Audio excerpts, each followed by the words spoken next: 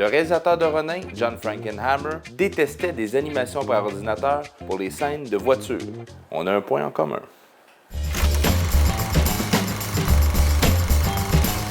Ronin est basé sur un scénario de type MacGuffin. Vous savez pas c'est quoi? Moi non plus. On va l'apprendre ensemble. MacGuffin est un prétexte au développement d'un scénario, qui, dans la plupart des cas, est un objet matériel mystérieux. Sa description est souvent vague et sans importance, mais l'objet est essentiel à l'histoire. On va se coucher plus brillant ce soir. C'est moins niaiseux. Tu veux-tu ma place? Tu veux-tu ma place?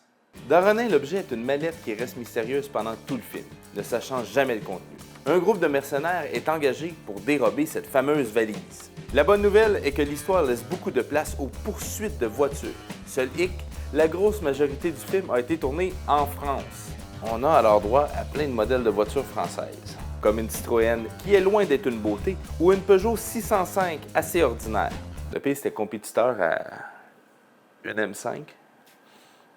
Puis la voiture qui poursuit, c'est un fake M5. Bref, merci aux Allemandes de rajouter beaucoup au film. Là, veux-tu bien me dire pourquoi on utilise un Westphalia pour transporter des mercenaires?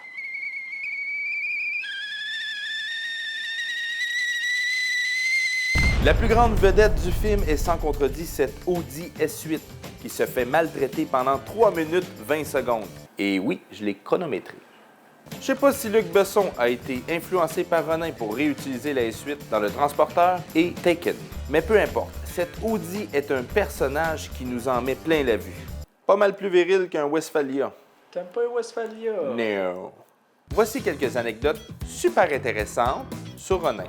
Numéro 1! 300 cascadeurs ont été mis à la disposition du réalisateur pour créer les scènes d'action, dont l'ancien pilote de F1 français Jean-Pierre Jarier. Jean-Pierre Jarier. Les Français. Ils m'aimeront pas les Français dans cette clip-là. Désolé les cousins! Numéro 2. L'acteur Skip Sodot tenait à faire ses propres cascades à bord de la S8. Le réalisateur accepta à une condition. Il ne voulait pas voir les lumières de frein allumées. Numéro 3. Peu de green screen ont été utilisés. Question de donner des images authentiques. Certaines voitures étaient britanniques avec un faux volant à gauche ou des voitures modifiées avec un volant dans la valise pour qu'un pilote professionnel puisse diriger durant les scènes plus périlleuses. Au dépend de Robert De Niro qui a vraiment pas l'air à l'aise. Il est comme tout le long, là, il trippe pas. Là. Numéro 4. Durant cette scène, c'est le cascadeur de la Peugeot qui devait appuyer sur le bouton de détonation. Le réalisateur aurait commenté « Il n'y a pas assez d'argent libre d'impôts en Suisse pour me permettre de faire quoi que ce soit du genre. » Imagine si t'habitais au Québec, mon John. T'aurais même pas fait de film. Numéro 5. Amoureux de vitesse, Frankenheimer a vite fait sa réputation dès le collège, d'où il avait le surnom de Highway Menace, le ministre des autoroutes. C'est la menace d'autoroute. C'est même écrit dans son album de finissant. La grosse lacune du film est l'audio. Des fois, la musique est mal adaptée, d'autres fois, les effets sonores sont mal intégrés. On a même les preneurs de son qui veulent avoir leur moment de gloire. Vous l'avez vu? Ralenti. Coucou! Il y a aussi quelques bugs avec les effets visuels, comme cette boucane rajoutée en post-production.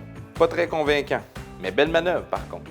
Un des très bons coups des mixeurs sonores se passe durant la deuxième poursuite. Aucune musique durant les premiers 3 minutes 54 secondes.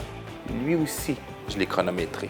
Même après plus de 20 ans de sa sortie en salle, Ronin reste le film avec les meilleures scènes de poursuite après Bullitt. Enlève les voitures françaises et on est en business. Vous en voulez plus? Allez sur propulsionshow.com dans la section Cinéparc ou abonnez-vous à notre YouTube. Ne manquez pas la semaine prochaine, Jour de tonnerre.